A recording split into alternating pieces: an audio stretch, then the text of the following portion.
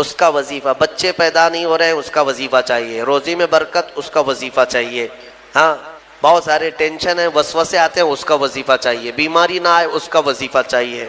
اور حضور پاک صلی اللہ تعالیٰ علیہ وسلم کی احادیث کا یہ بھی مفہوم ہے کہ حافظ قرآن، جو قرآن کے حلال کو حلال سمجھتا ہو، قرآن کے حرام کو حرام سمجھ کر اس پر عمل کرتا ہو، قیامت کے دن وہ اپنے خاندان کے ایسے 10 لوگوں کی سفارش کر کے جنت لے جائے گا جن پر دوزخ میں جانا واجب ہو گیا تھا، اپنے خاندان کے ایسے 10 افراد کو لے جانے کی اسے اجازت دی جائے گی۔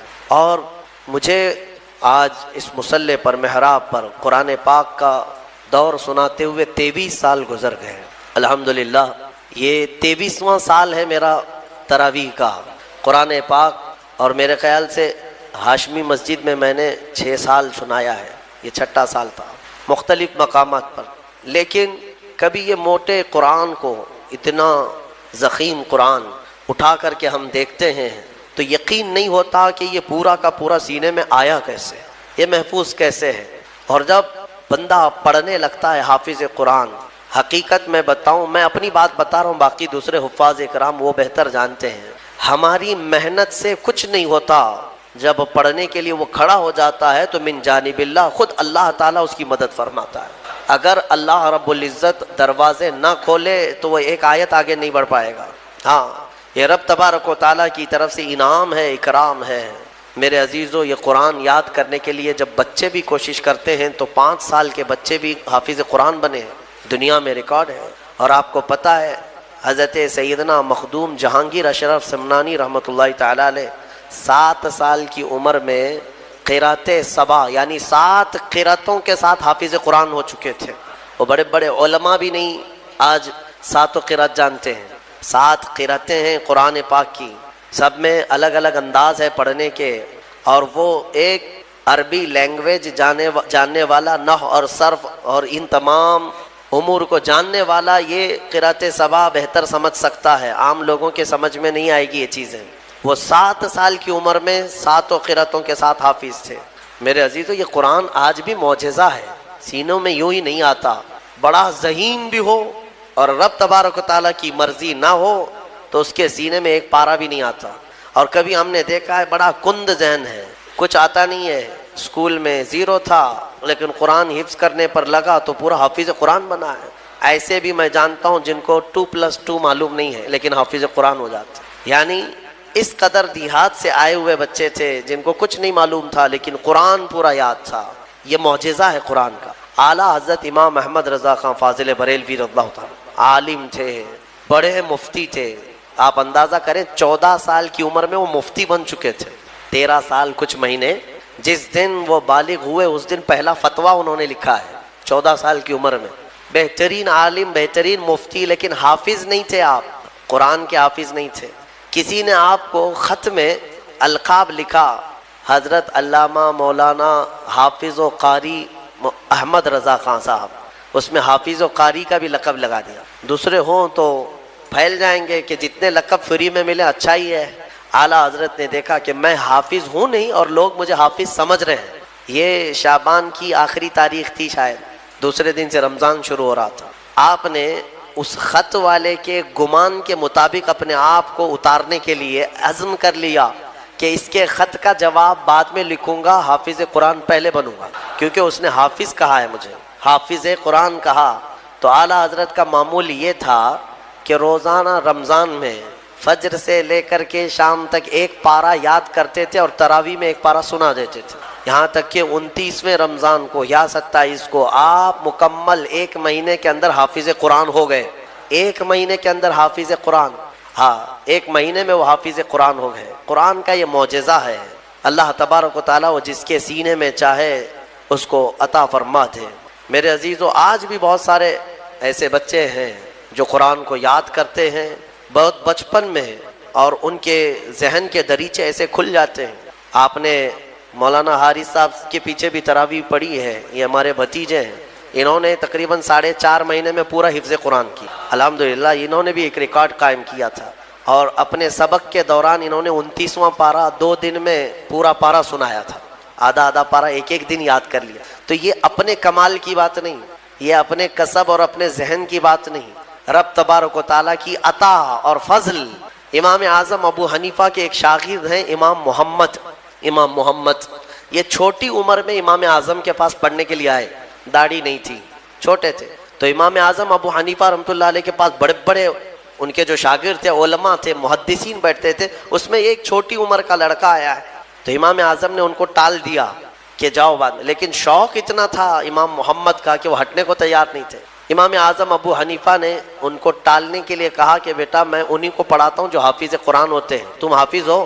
کہا حافظ تو نہیں، حافظ بننے میں 2-3 سال لگ جائیں گے، جب تک تھوڑا سا جوانی آ جائے گی پھر سمجھ لے گا۔ کہا جاؤ حفظ کر کے آؤ۔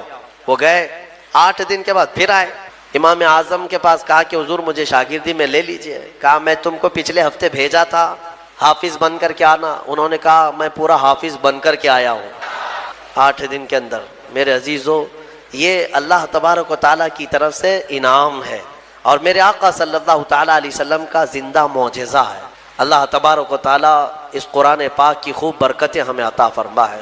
قرآن کو نہ چھوڑو اے میرے عزیزو، قرآن کو چھوڑ کر کے آج اس قدر گمراہی آئی ہے۔ وہ زمانے میں معزز تھے مسلمان ہو کر، آج ہم خار ہیں تاریک قرآن ہو کر، قرآن کو چھوڑ کر ذلیل ہیں ہم۔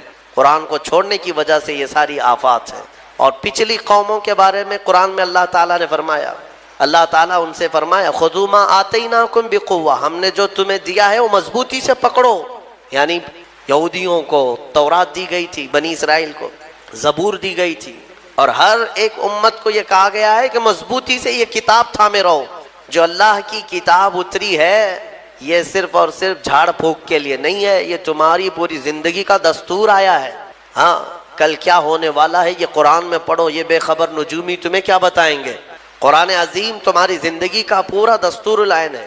اس کو چھوڑ کر کے ہم ادھر ادھر کی آج ٹھوکروں پر مجبور ہو چکے ہیں۔ میرے عزیز و حیرت ہے ہماری قوم کو، طوطے کے پاس جا کر کے اپنا بھوش پوچھتے ہیں، چٹھی نکال کر کے کہ میرا بھوش کیا ہونے والا ہے۔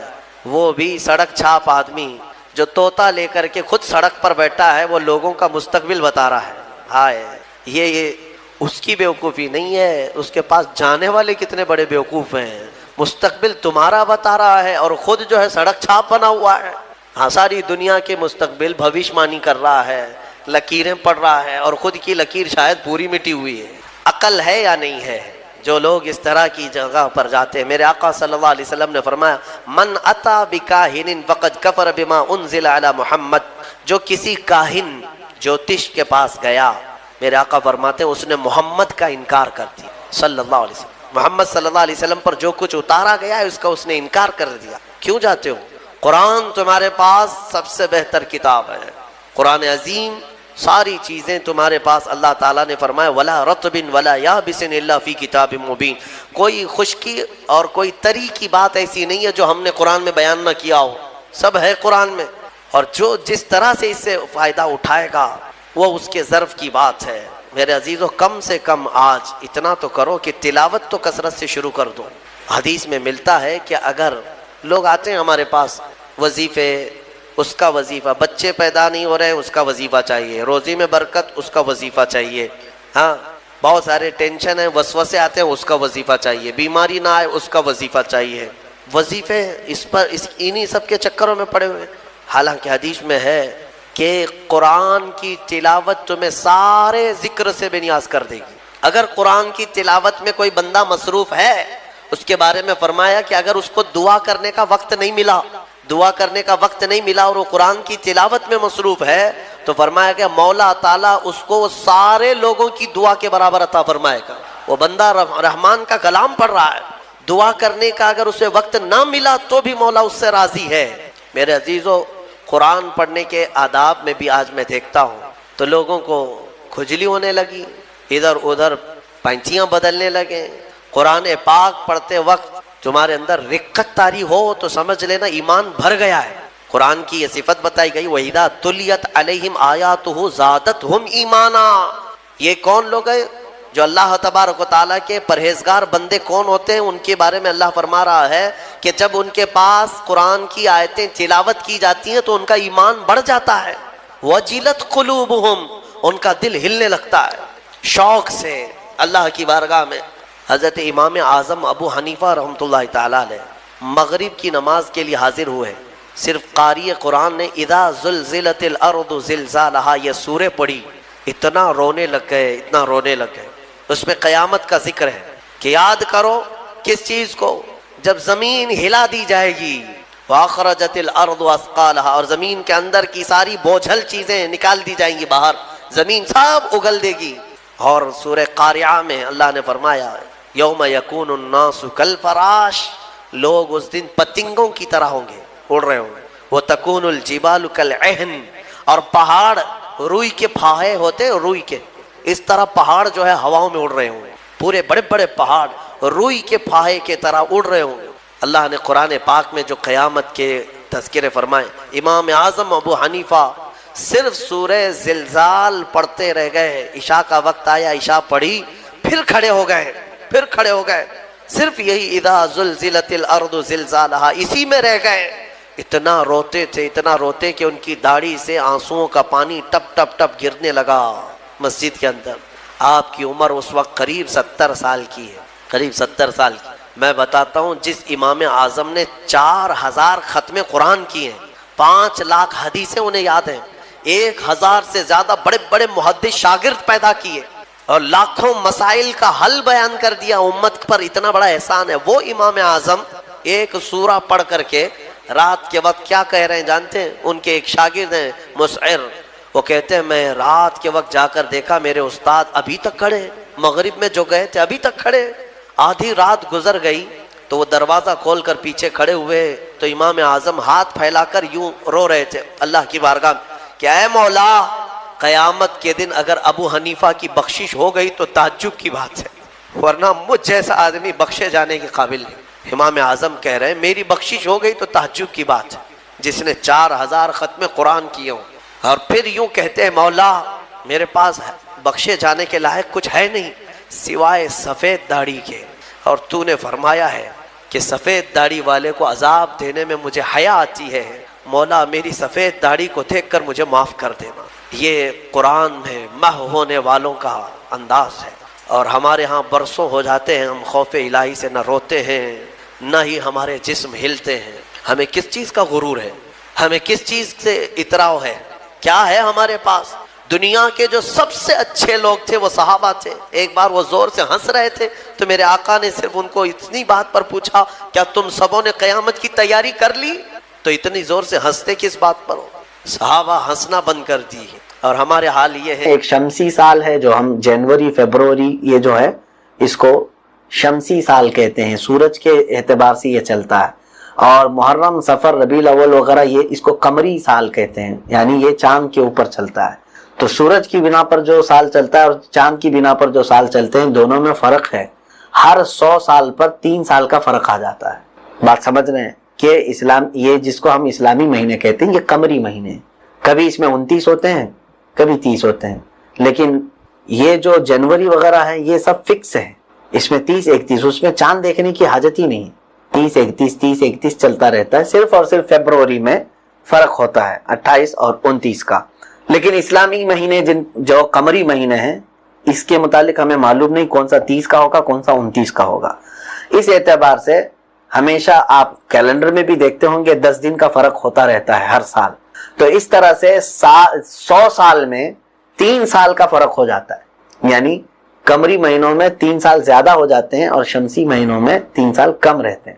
تو اگر یہ لوگوں نے شمسی سالوں کے اعتبار سے 300 سال وہاں پر قیام کیا ہے تو قمری مہینوں کے اعتبار سے کتنے سال ہو گئے؟ 309 سال۔ وہی قرآن میں ہے وَلَبِثُوا فِي كَهْفِهِمْ 300 سِنِينَ وَازْدَادُوا 9، وہ غار میں 309 سال تک ٹھہرے رہے، یعنی جنوری فیبروری کے اعتبار سے دیکھیں تو 300 سال ہی ٹھہرے رہے۔ بہرحال 300 سال کا عرصہ معمولی نہیں ہے، اور وہ بھی نیند ان کے اوپر طاری کی گئی ہے 300 سال کے بعد۔ اب یہاں شہر کے حالات کیا تھے؟ دقیانوس چلا گیا، اس کی نشانیاں بھی ختم ہو گئیں، بے دین بادشاہ تھا وہ ہلاک ہو گیا، اس کے بعد پتہ نہیں کتنی سلطنتیں آئی گئیں 300 سال میں۔ یہاں 5 سال میں سب چینج ہو جاتا ہے، 300 سال میں کیا کیا ہو گیا ہوگا۔ تو پھر ایک زمانہ ایسا آیا کہ بیدروس نام کا ایک بادشاہ جو نیک سیرت تھا، عادل تھا، منصف تھا اور اللہ پر ایمان رکھنے والا بادشاہ تھا، اس بادشاہ کی حکومت آئی اور وہ تمام رعایا کے ساتھ اچھا سلوک کر رہا تھا اور سب جگہ اسلام کا دور دورہ تھا، یعنی لوگ ایک خدا کی عبادت میں مصروف تھے۔ حضرت عیسیٰ علیہ السلام کی شریعت چل رہی تھی اس وقت بھی، تو عیسیٰ علیہ السلام کی شریعت پر ہی لوگ عمل پیرا تھے، شرک اور بت پرستی سے بچے ہوئے تھے۔ لیکن اسی کی سلطنت میں ایک فتنہ ایسا بھی آیا کہ کچھ لوگ مرنے کے بعد دوبارہ اٹھائے جانے کا انکار کرنے لگے۔ مرنے کے بعد دوبارہ نہیں اٹھایا جائے گا، بلکہ مر گئے تو ختم ہو گئے، کوئی حساب کتاب نہیں، دوبارہ کیسے اٹھا سکتا ہے کوئی ہمیں، جبکہ ہمارا جسم گل جاتا ہے، راکھ ہو جاتے ہیں، پھر ہڈیاں بھی ختم ہو جاتی ہیں، کوئی کیسے ہم کو دوبارہ اٹھا سکتا ہے؟ تو اس کے منکرین بہت زیادہ پیدا ہوئے۔ تو بادشاہ جو بیدروز تھا وہ اللہ رب العزت کی بارگاہ میں سجدوں میں گر کر دعا کرنے لگا، اے مولا میری قوم کو تو ہدایت عطا فرما دے اور کوئی ایسی نشانی بتا کہ ان کا یقین بڑھ جائے کہ مرنے کے بعد دوبارہ تو اٹھائے گا، تو دوبارہ اٹھانے پر قدرت رکھتا ہے، ایسی کوئی نشانی ظاہر فرما دے۔ دیکھیں ایک بات یاد رکھیں، جب بادشاہ عادل ہوتا ہے تو اللہ تبارک و تعالیٰ اس کی دعائیں بہت جلدی قبول فرماتا ہے، اور جب بادشاہ عادل ہوتے ہیں تو پوری قوم میں اللہ برکتیں نازل فرماتا ہے۔ اس کی دعا قبول ہوئی، رب تعالیٰ نے اس بادشاہ کی دعا پر ہی ایک ایسا معاملہ فرمایا کہ اصحاب کہف کے یہ جو غار میں جہاں یہ آرام فرماتے، جو دیوار لگی تھی وہ دیوار گر گئی۔ جیسی دیوار گری وہ اندر جو سوئے ہوئے تھے وہ جاگ گئے۔ کتنے سال بعد؟ 300 سال بعد جاگ گئے۔ اب ان کے جاگنے کے بعد جو ان کے درمیان مکالمہ ہوا، بات چیت ہوئی، اس کا بھی ذکر اللہ نے فرمایا، وَكَذَلِكَ بَعَثْنَاهُمْ لِيَتَسَاءَلُوا بَيْنَهُمْ۔ لیکن رب فرماتا ہے اسی طرح ہم نے انہیں اٹھایا ہے، وہ خود سے نہیں اٹھے، اللہ نے انہیں اٹھایا ہے۔ آپس میں ایک دوسرے سے سوال کرنے لگے، کم لبثتم، کتنا ٹھہرے تم یہاں پر؟ تو کسی نے کہا شاید ہم نے ایک دن پورا سو لیا ہے یا آدھا دن سو لیے، صبح نکلے تھے دوپہر ہو رہی ہے، یا مطلب پورا دن شاید ہم سونے میں گزار دی۔ لیکن آپس کی جو علامتیں تھیں ان کے جسموں پر وہ دیکھ کر کے تو ان کو یقین نہیں ہو رہا تھا کہ یہ صبح سے دوپہر والا معاملہ نہیں ہے، ہمارے ساتھ کچھ اور ہوا ہے۔ تب انہوں نے کہا قالوا ربکم اعلم بما لبثتم، قال ربکم کسی ایک صاحب نے ان میں سے جو بڑے تھے انہوں نے کہا نہیں، تمہارا رب ہی بہتر جانتا ہے کہ تم کتنا یہاں سوئے تھے، ہم میں سے ابھی کسی کو معلوم نہیں۔ یہ ہے اللہ تبارک و تعالیٰ کی قدرت کاملہ، کئی سالوں کے بعد پھر سے انہیں دوبارہ زندہ فرمایا۔ اب بھوک ان کو لگی ہوئی تھی، سبوں نے کہا کہ شہر جاؤ، پیسے تھے ان کے پاس کچھ لے کر کے جو چلے تھے، کھانے کی کوئی چیز لے کر کے آؤ، لیکن سنبھل کر کے جانا، وَلَا يُشْعِرَنَّ بِكُمْ أَحَدًا، کسی کو تمہاری خبر نہ ہو، اگر کوئی جان لے گا تو پھر یا تو تمہیں وہ سنسار کر دیں گے یا پھر اپنے دین میں، یرجموکم او یعیدوکم فی ملتہم، یعنی وہ اپنے دین میں داخل کر لیں گے اور پھر اس کے بعد ہم کچھ نہیں کر پائیں گے، سنبھل کر کے جانا۔ تو ان کے جو بڑے تھے جن کا نام یملیخا بتایا گیا ہے، وہ گئے بازار میں۔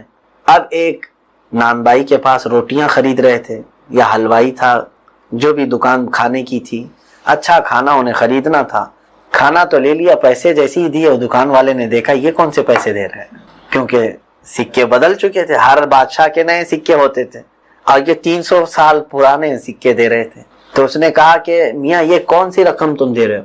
کہا کہ یہ جو پیسے چلتے ہیں وہی ہم دے رہے ہیں۔ دکان والے کو شک ہوا، پھر اس سے دوسرے پیسے مانگا، دوسرے بھی انہوں نے ویسے ہی نکالے، اس میں سن 300 سال پرانی رکھی ہوئی تھی۔ تو اب اس یعنی جو یملیخا ہیں ان سے پوچھنے لگا، وہ معلومات حاصل کرنے لگا، دکان والے کو لگا کہ اس کے ہاتھ میں کوئی پرانا خزانہ آ گیا ہے اور یہ چھپا کر کے وہ کیونکہ سکے جو ہوتے تھے پہلے وہ سونے اور چاندی کے ہوتے تھے، تو شاید یہ پرانا خزانہ اس کے ہاتھ لگا ہے اور یہ سن دیکھ نہیں پایا، اس کی وجہ سے خریدنے کے لیے آ گیا۔